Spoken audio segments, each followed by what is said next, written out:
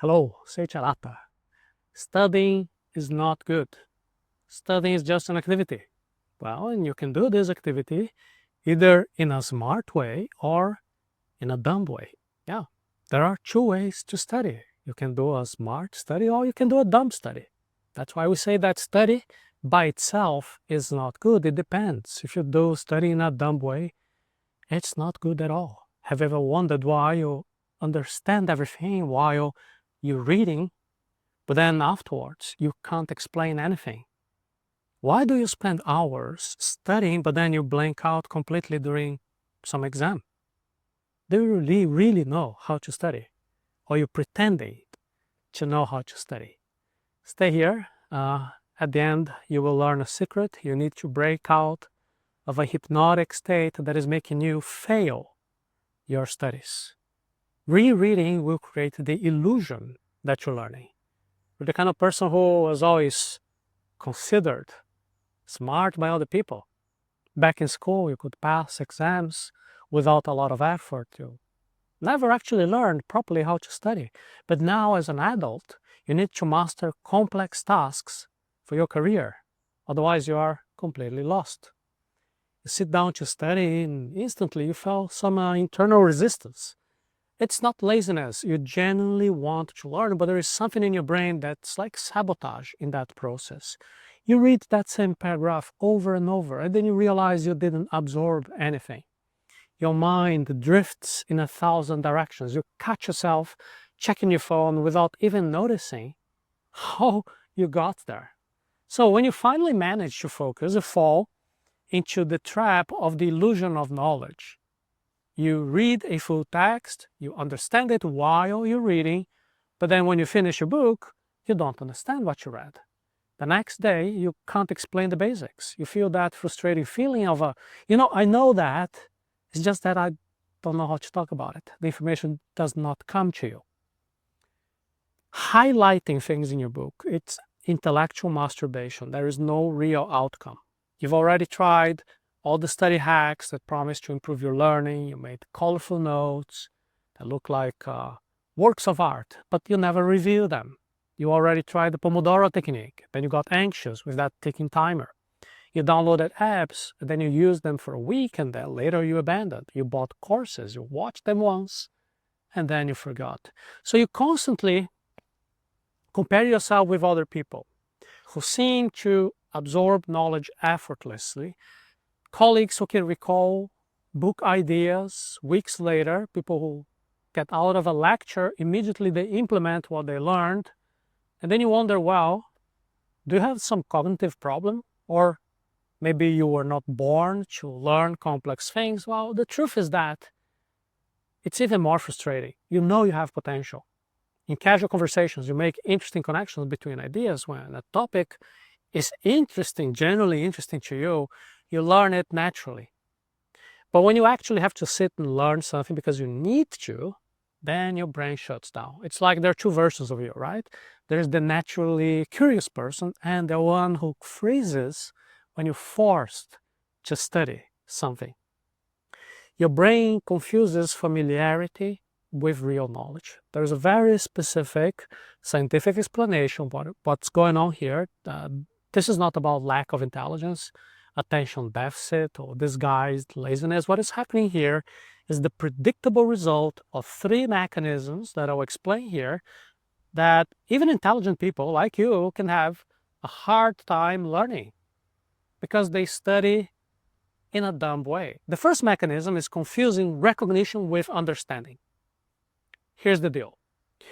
Your brain evolved to save energy. So when it sees familiar information, the brain assumes it already knows it. So when you reread the text, you get that feeling of familiarity. You recognize that you've seen that before.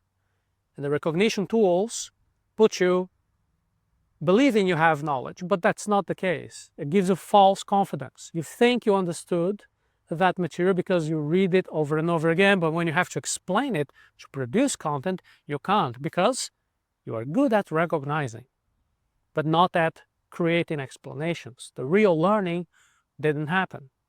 The second mechanism is using passive methods. instead of forcing your brain to learn. What does that mean? When you're just reading, highlighting, summarizing, it feels productive. But none of that forces your brain to make an effort. It's like watching somebody doing some workout. And then you think that, okay, by watching is like exercising your brain as well. It's not the case. You're just watching. Your brain will form memories when you have to retrieve the information, when you have to create something. The third mechanism is ignoring the forgetting curve. The forgetting curve was popularized by Hermann Ebbinghaus. The forgetting curve shows that we tend to forget around 50% of what we learned within a period of 24 hours. And within 30 days, that number goes down to like 10% only that we remember. 90% we forget. And that's why reviewing without a plan is a mistake. You have to retrieve the information when it's about to get lost. Artificial intelligence can turn your brain to a knowledge sponge. AI can reprogram the way you absorb and you retain information. It can personalize techniques based on science and also on your learning patterns. Most people use study materials that were invented before we even understood how the brain works. It's like trying to drive a modern car without having the manual. You have a neurological Ferrari, but you're using Stone Age methods. That's the problem. The real problem here is trying to learn using your intuition instead of scientific evidence. Feels obvious that rereading shouldn't help. It feels logical that highlighting should help, right? It feels sensible that making summaries should consolidate your knowledge, but these feelings are wrong. The thing is, they have to make questions. Questions make your brain work. That's how you avoid those mistakes. The technique uses your brain to actively process information instead of just recognizing it. And AI can generate amazing questions that will help you in different levels of understanding. The first step is to copy the material that you need to study and paste it into your AI tool. You can use the command saying, act as a subject matter expert. Based on this text that I'm providing you, I want you to create 15 questions, 3 levels.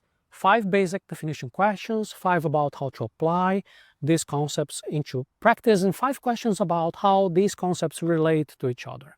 And for each question, you have to explain what is the concept that is being tested here. The step 2 is to study that material formally for 25 minutes, and then, without looking at your text, you will try to answer the questions. And step 3, for every question that you could not answer properly, go back to your material, find the answer, and then look again without checking your material. Test your brain. So you will use this follow-up command on AI. You can say, based on my answers, you can identify now which concepts I have not yet mastered yet. And then generate new questions focused on these gaps. You see? Repeating without spacing is a waste of time. But with spacing, it is a superpower. This method will combine spaced repetition with the AI's ability to adapt based on your performance. Step 1, convert your content into flashcards. You can use the prompt saying, now please turn this into question and answer flashcards.